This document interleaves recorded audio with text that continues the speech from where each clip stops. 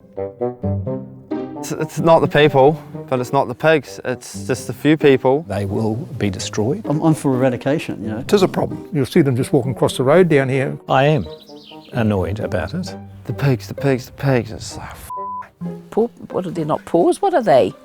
Hoops. Pigs' hoops. Yeah. All, you know, dirty on the chairs. go away. Stop whinging.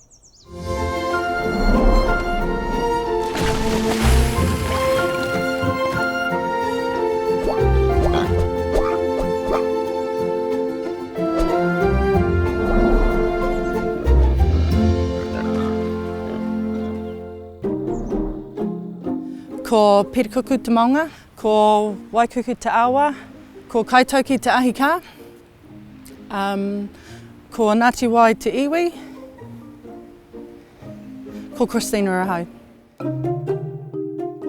My darling here, Johnny, we met in 1981 and became very good friends very quickly because he rode motorbikes and chased pigs.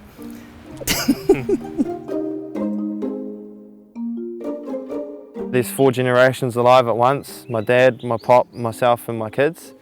So that in itself is just amazing. Having them around my pop, and I know pop loves it. We originated from farming. So like my pop he's a notorious farmer on the Barrow, and he's still farming now, and he's 82, coming up 83. Well, I'm Charlie Blackwell and I've been here all my life. Family's a big picture here for me, and my lovely wife and my kids. I'm Danny and I'm now Danny Blackwell for like my 3rd year. Chookies! Wade's always loved pigs, you know, whether he's hunting them or not. Hey mate. Pumbaa. Hello my friend. And I think it's really cool for the boys too, to not realise that we just kill them in the wild, you know, hunt them. It's really cool that they can have them as pets and all that too. Hello Pumbaa. They keep me a level head. If I get a bit sad or a bit hoha, I just come up and pat this fella and all my troubles will go away. They literally do. When he comes and lies on you and shows you the love. And they're just a misunderstood creature. They're just like a dog, if you ask me. They come when you call them. They're loyal to you, especially this fella. Yeah, I used to chase pigs when I was young and when I was a bit not so young. But yes, they can be a curse. They can tear up your paddocks overnight, but providing they're controlled, we can tolerate them, I think, and anyone who's having major problems with them could probably look at putting a fence around their little units of land. My property has been invaded by the pigs on 3 occasions this year alone. See that whole lot? Whole bushes have been ripped out. Yeah. So if you don't want them in there, you just fence them. We've done it to numerous people on the island that will ring up and complain. We mention offer our services as a fence them out. 5 years running now, no dramas. Thank you so much for doing it. No dramas with their pigs. Their yields in their gardens are amazing.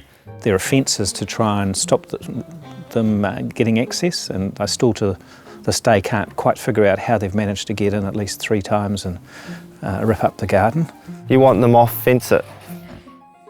Now that's 2015, and so that's the single worst example I've ever seen.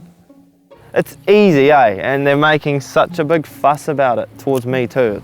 Nowhere else in Auckland can this situation happen because it's governed by bylaws that mean that they are feral animals. Like the pigs were here before you. And if this was happening anywhere else, if we had the same adverse consequences anywhere else in Auckland, the authorities would have to do something about it. $180 and a bit of labour, $500 max, you know. Fence the pigs out of your property for good. It's not hard. But you know, there are examples now of people who have been confronted by a big adult pig on their property. So one of my neighbours has had that experience on their property and was most alarmed more recently when she walked down to the beach and met one of these pigs I think it was the boar, on the track. Now, she knew what to do to get out of the way, but there are a lot of young children around, right? And these are frightening animals, right? So there's that element of danger that is now being introduced that is completely foreign to us. We're not used to this happening, you know, big pigs, tuskers in your backyard. I can't see any reason to have pigs around at all, unless they're contained. Looks like a local solution would be to cull the pigs in this immediate vicinity and to ensure that they remain culled. I mean, it's just a question of really getting stuck in and eradicating them. They're misunderstood. If you went out there and managed to friend one up, they, you know, become your best friend. So I've had him since day one, you know, he trusts me hard. They do damage, it's not irreparable damage. Yeah, like people just see it, class it, you know, there's a pig, shoot it, or there's a pig, you know, get someone to get it. They just, as soon as the pig's seen, they're just out there trying to get a feed like any other animal.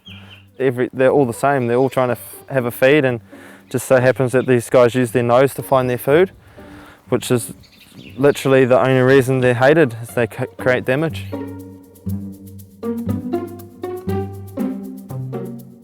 When I get a problem, I just can't bring in a pig hunter because this is someone's kind of pig territory. It's very political, territorial.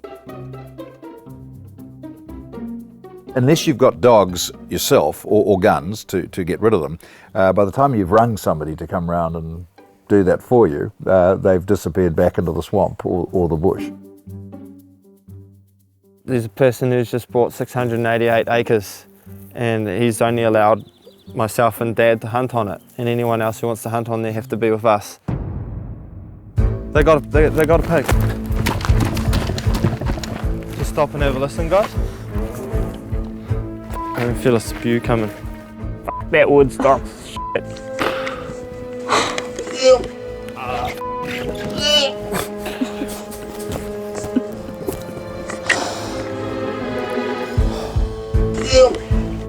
Right, let's go home. It's